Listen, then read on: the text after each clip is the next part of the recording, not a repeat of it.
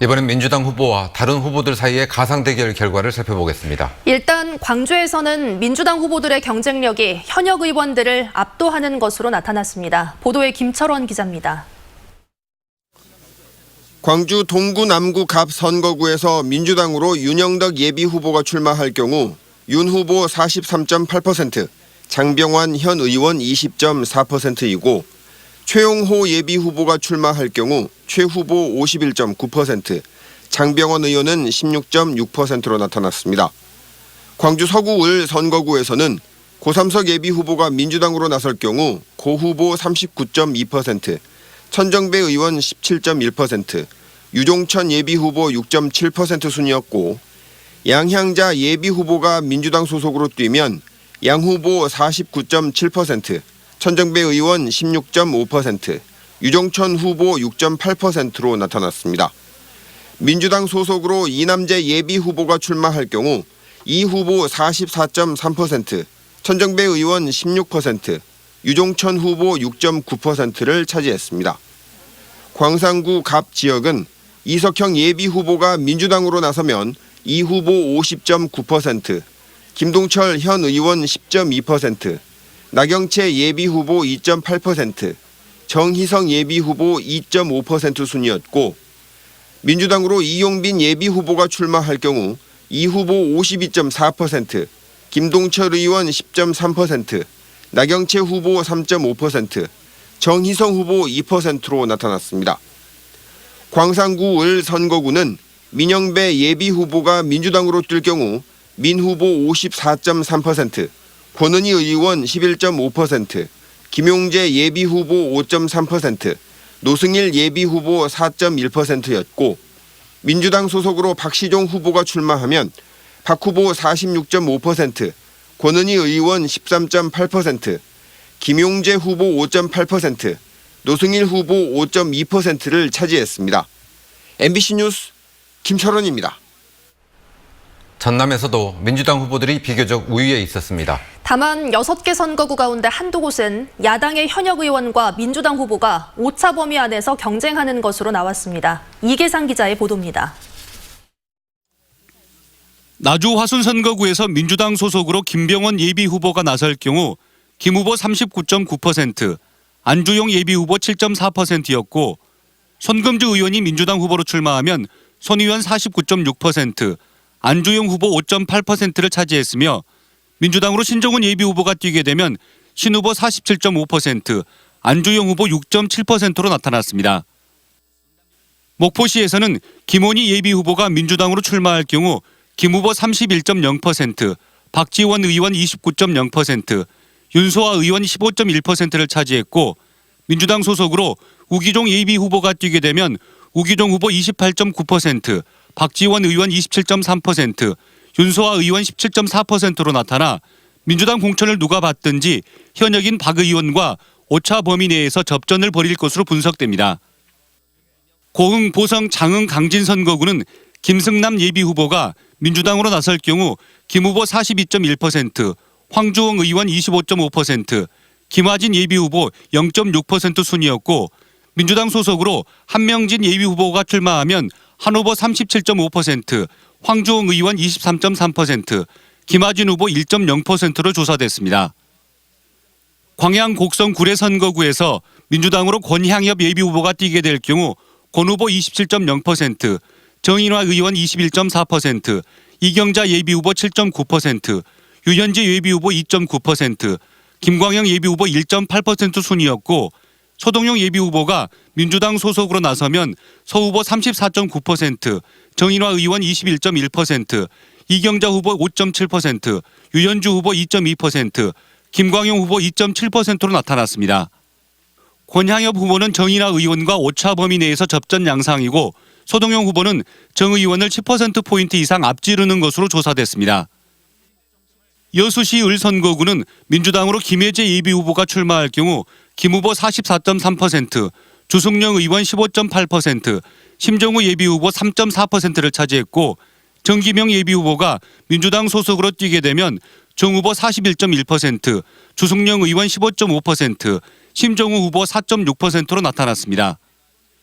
영암 무안 신안 지역에서는 민주당으로 백재욱 예비후보가 나설 경우 백 후보 41.5%, 이윤석 예비후보 12.0%, 김팔봉 예비후보 1.0%, 이문빈 예비후보 3.6%를 차지했고 현역인 서삼석 의원이 민주당 후보가 되면 서 의원 55.4%, 이윤석 후보 10.9%, 김팔봉 후보 1.6%, 이문빈 후보 3.1%로 조사됐습니다. MBC 뉴스 이계상입니다. 광주시가 조금 전부터 신천지 교인에 대한 전수조사를 시작했습니다. 광주시청의 모든 공무원들이 퇴근하지 않고 남아서 조사를 진행하고 있는데 현장에 취재기자가 나가 있습니다. 송정근 기자, 조사에 진척이 있습니까? 네, 1시간 전쯤 정부로부터 명단이 내려왔습니다. 현재는 각 실국별로 교인을 분류하는 작업을 진행하고 있는데요. 이 분류 작업이 끝나면 공무원들은 신천지 교인들에게 전화를 걸 예정입니다. 광주시는 중앙재난안전대책본부로부터 신천지 광주교인 22,800여 명의 명단을 전달받았습니다. 중앙재난안전대책본부가 신천지 총회로부터 전국교인 명단을 전달받은 뒤 자료를 선별해서 광주시로 내려보낸 건데요. 시청과 사업소 직원 등 1,400여 명을 동원해 각 실국별로 조사할 교인을 할당한 뒤 직접 전화를 걸어 조사를 진행할 계획입니다. 다만 자료를 받은 시간이 늦다 보니 오늘 조사를 다 마치기는 힘들 전망입니다. 관심을 모았던 교인 명단에는 교인의 이름과 연락처, 성별, 그리고 자치구까지만 적힌 집 주소가 담겨져 있는 것으로 알려졌습니다. 교인들의 직업은 제공되지 않았습니다. 시청 직원들은 신천지 교인들에게 전화를 걸어 최근에 대구에 다녀왔는지와 증상이 나타났는지 등을 질문할 계획입니다. 조사 도중 유증상자가 나타나면 보건소에 대기하고 있는 직원을 보내 바로 통제에 들어갈 예정이고 연락이 닿지 않는 교인은 경찰의 도움을 받아 위치 추적을 진행한다는 계획입니다. 광주시가 신천지 교인들에 대한 조사를 어느 수준까지 진행할지 여부도 관심사항입니다. 대중들이 많이 모이는 대학이나 병원 등의 기관에서도 코로나19 확산을 막기 위해 신천지 교인 명단에 관심이 높은 것으로 알려졌습니다. 또 보건의료 관련 직무에 종사하고 있는 교인이 있는지 등은 바이러스 확산을 막기 위해서라도 파악해야 한다는 목소리도 높습니다. MBC 뉴스 송정근입니다. 코로나19를 예방하는 차원에서 광주의 장애인 복지시설들이 닷새 전부터 문을 닫았습니다. 불가피한 조치로 보이지만 중증 장애인들은 대책 없이 집안에 갇히거나 집단 감염의 위험을 무릅쓰게 됐습니다. 우종훈 기자가 취재했습니다. 자폐성 장애인들이 생활하는 장애인 보호시설입니다. 광주에서 신천지 교인인 코로나 환자가 나온 지난 21일부터 광주 지역 장애인 보호시설 37곳이 모두 휴원에 들어갔지만 어쩐 일인지 이 시설은 운영을 계속하고 있습니다. 갈 데도 없는 데다 도움이 절실한 장애인들이 찾아오는 것을 내쫓을 수 없어 감염 공포에도 하는 수 없이 문을 열고 있습니다. 부모님들이 경제활동을 계속적으로 하셔야 되는데 계속 누가 집에서 봐줄 사람이 없잖아요. 저희는 부모님들 상황을 이해해줘야 되기 때문에. 그나마도 시설에 나올 수 없는 중증 장애인들은 집에서 혼자 힘든 시간을 견뎌내고 있습니다. 중증 뇌병변 장애인 전일성 씨는 벌써 한 달째 집에서 나오지 못하고 있습니다. 자립센터를 이용하려면 마스크를 반드시 써야 하는데 장애가 중증인 탓에 마스크를 쓴 상태에서 활동할 수 없기 때문입니다.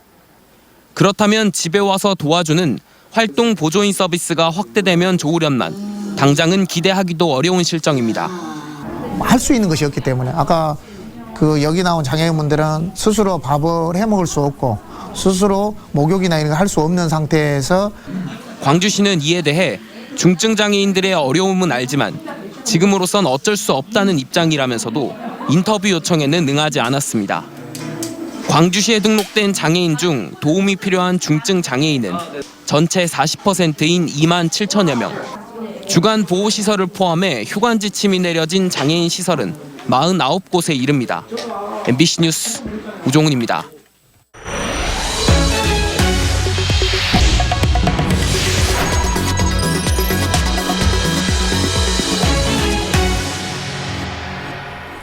한전공대 법인 설립 인가 심의가 또 연기됐습니다. 교육부 대학 설립 심사위원회는 오는 28일 한전공대 법인 설립 인가 심의를 위한 전체 회의를 개최할 예정이었지만 한전공대 측이 제출한 일부 서류가 미비하다고 판단해 심의 일자를 다음 달로 연기했습니다.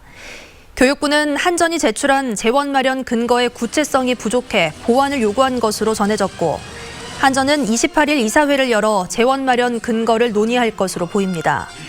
교육부가 한전공대 법인 설립 인가를 보류한 것은 이번이 세 번째여서 일각에서는 2022년 3월 개교에 차질을 빚는 것 아니냐는 우려가 나오고 있습니다.